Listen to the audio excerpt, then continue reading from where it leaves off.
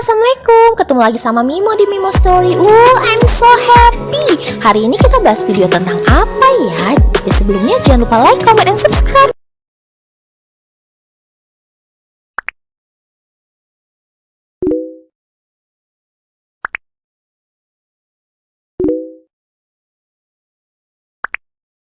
Nah, ini tuh beberapa pertanyaan yang udah masuk di question box di Instagramnya Mimo waktu itu. Jadi di video kali ini Mimo mau jawabin pertanyaan-pertanyaan mereka dan sharing pengalaman Mimo dan KB Ayudi. Tapi sebelumnya jangan lupa subscribe ya. Ngomongin soal KB itu apa sih? KB itu singkatan dari Keluarga Berencana. Ini merupakan program skala nasional untuk menekan angka kelahiran dan mengendalikan pertambahan penduduk di suatu negara. KB juga selain untuk menekan jumlah penduduk di suatu negara, tujuannya itu untuk mencegah terjadinya pernikahan di usia dini loh, dan menekan angka kematian ibu dan bayi akibat hamil di usia yang terlalu muda atau terlalu tua. Kalau kalian coba googling, banyak banget sebenarnya jenis-jenis KB, tapi biasanya yang umum kita dengar tuh kayak pil KB, suntik KB, kondom, implan, atau IUD. Nah, kalau tadi itu info mengenai KB yang udah Mimo coba searching di Google dan web-web kesehatan ya. Sekarang giliran Mimo yang sharing tentang pengalaman Mimo ber-KB, terus efek sampingnya apa ke Mimo dan kenapa Mimo milih KB IUD. Tonton video ini sampai beres ya. Mimo mau cerita sedikit, ini perjalanan KB Mimo. Jadi di November 2015 pertama kali Mimo pasang KB IUD sekalian sama operasi sesar kakak Rizi. Nah, lanjut lagi Februari tahun 2020 Mimo lepas KB IUD karena emang mau promil anak kedua.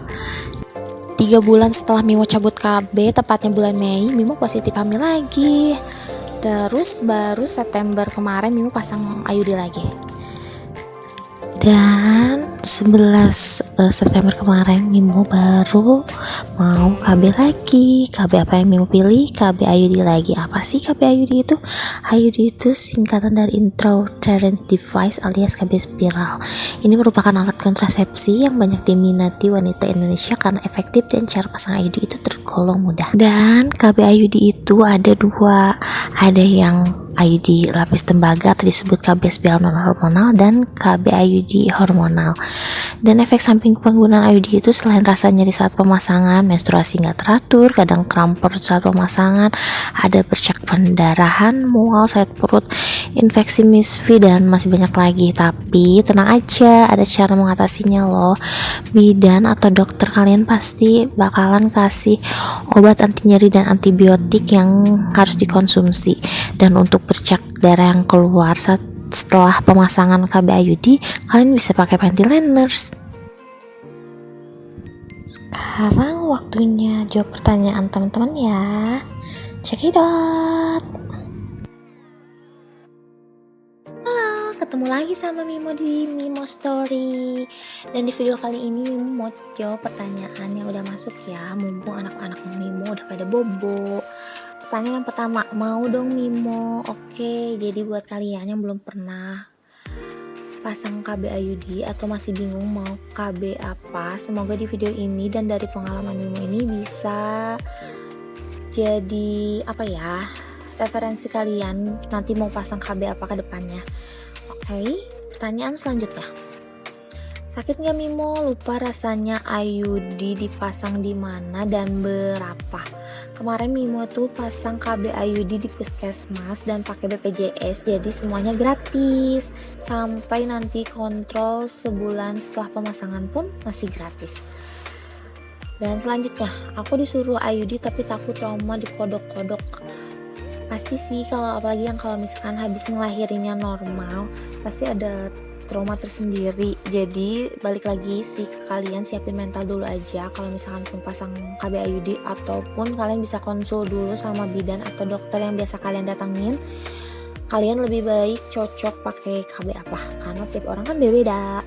Selanjutnya, mau sebelumnya pernah enggak di KB IUD yang selama itu? Aman enggak? Kan dengar-dengar suka ada yang lepas geser gitu, serem. Mimo sebelumnya pernah pasang KB IUD yang 5 tahun, jadi baru kali ini sih pasang yang 8 tahun. Tapi sejauh ini sih pasang KB IUD aman-aman aja sih buat Mimo.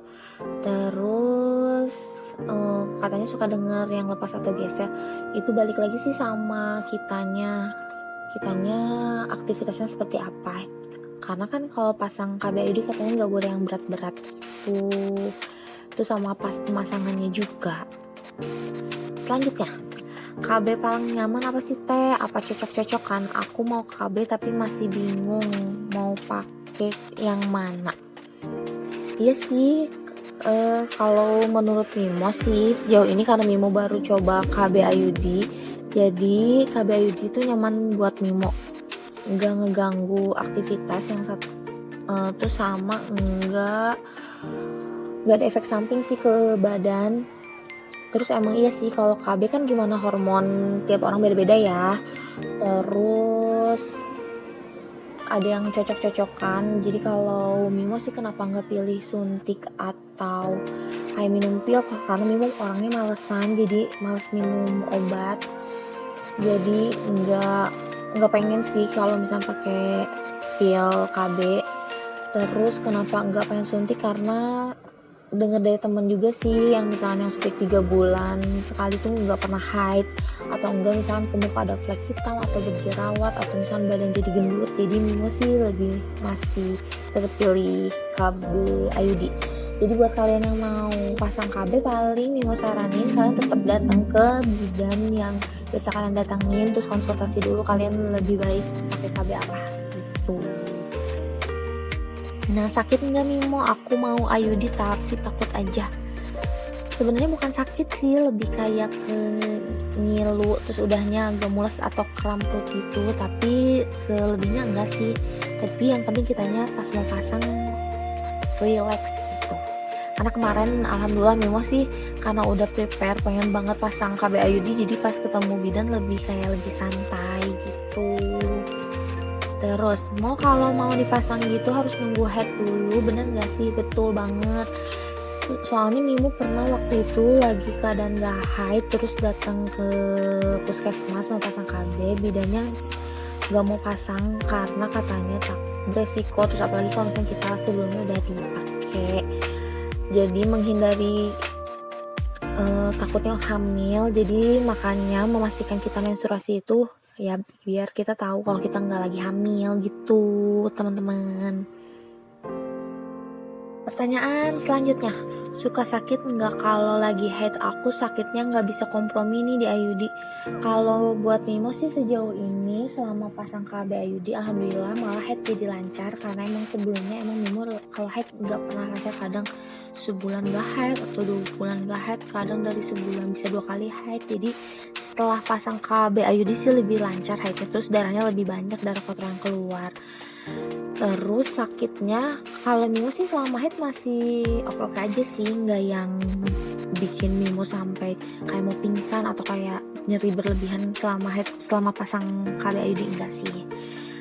Pertanyaan selanjutnya, aku kapan KB? Nah, buat teman-teman yang masih bingung mau KB apa, terus konsultasi dulu dan ngobrol dulu sama suami, boleh nggak di KB, terus lebih baik KB yang mana. Kalau misalnya nggak boleh KB sama suaminya, ya udah suaminya aja yang suruh KB gitu, cari aman ya.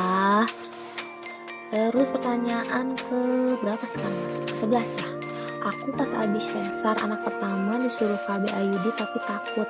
Nah, kalau Mimo saranin sih sebenarnya lebih baik kalau misalnya ditawarin sama dokternya suruh langsung pasang IUD, lebih baik langsung pasang. Soalnya Mimo waktu pas lahiran Kakak Rizi tuh dokternya emang menyarankan untuk KB IUD. Jadi Mimo sebelum pas lahiran sesar itu kayak nulis atau tanda tangan pernyataan gitu, saya siap dipasang KB IUD. Jadi biar sakitnya sekalian nggak double nanti emang pas beres nifas kita mesti ke dokter lagi buat dipasang gitu. Nah, terus aku belum berani ada tangan masuk ke rahim. Nah, ini sih emang balik lagi sih yang tadi Mimo bilang, pengalaman orang melahirkan kan pasti beda-beda ya. Terus karena Mimo emang persalinannya 2 kali sesar, jadi nggak ngerasain mulus-mulusnya pas yang lahiran normal. Jadi balik lagi kalau misalnya emang pengen pasang KB IUD, siapin dulu mentalnya. Terus ya lebih biar rileks dan cari bidan atau dokter yang kalian percaya deh, yang enak kalian tanya-tanya, yang kalau kasih tindakan ke kita bikin kita nyaman, gak takut kayak gitu.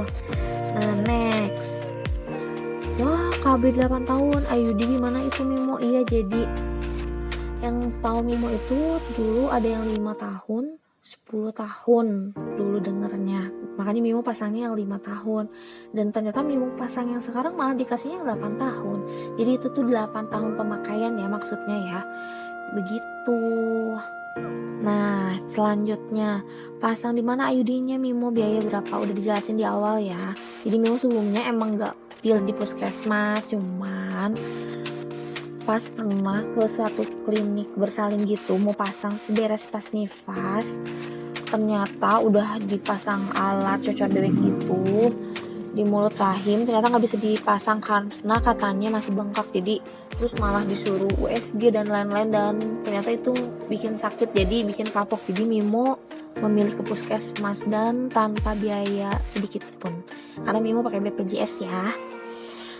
Selanjutnya, sakit nggak teh waktu dipasang, efek samping ke teteh gimana? Kalau misalkan pas pemasangan sebenarnya bukan sakit yang menyakitkan ya, bukan kayak yang disakitin atau luka, cuman ya karena kita tegang mungkin pas dimasukin alat cocor bebek itu emang agak kaku. Paha tuh emang kemarin tuh Mimo pas pasang lagi emang agak kaku sampai bidannya tuh bilang jangan tegang, pantatnya jangan diangkat, jadi biar rileks. Tapi alhamdulillah sih berjalan lancar, cuma 15-20 menit kalau nggak salah ya dipasang KB itu. Terus setelahnya emang agak kram, perutnya agak mules ya, mungkin kan karena benda asing dimasukin lagi ke rahim setelah berapa ya, setahunan mungkin memang baru dipasang lagi. Terus efek sampingnya kalau buat Mimo sih lebih lancar menstruasinya, karena emang Mimo tipe yang kalau haid nggak lancar. Terus kalau dulu pas pemasangan pertama karena emang lagi kerja dan angkat-angkat yang berat emang pernah agak ngeflek gitu, tapi nggak masalah karena pas setelah USG IUD-nya masih di tempatnya.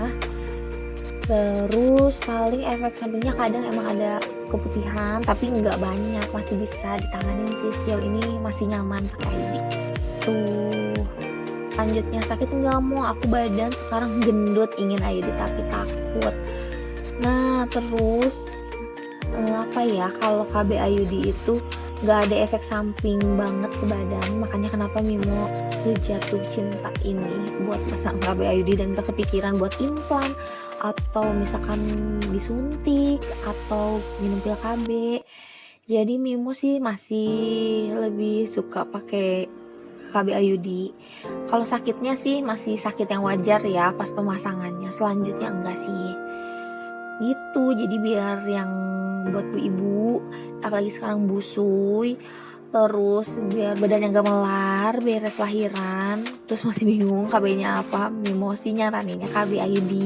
Cuman balik lagi ke kalian, ke suami kalian, sama konsultasi ke bidan sama ke dokter kandungan kalian ya. Tapi ya itu suara motor berisik banget karena rumah pinggir jalan. Terus selanjutnya, pengen cuman gak tahu kenapa trauma waktu dijahit. Nah gitu sih, emang kalau misalnya lahiran normal, balik lagi pengalaman orang kan beda-beda. Ada yang dijahit, ada yang diobras katanya, terus ada yang pas pelannya kurang baik. Jadi pas mau pasang IUD karena emang pakai alat cocor bebek gitu ya,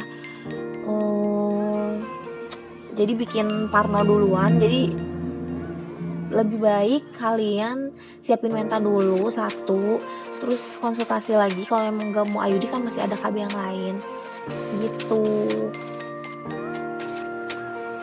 Selanjutnya, berapa harganya IUD say? Kalau Mimo sebelumnya emang udah searching ya, kan sekarang zamannya Instagram ya, bidan juga udah banyak klinik bersalin, udah banyak yang pakai Instagram. Jadi Mimo sebelumnya emang DM ke beberapa klinik bersalin. Ada yang kisaran harganya 450 sampai 700.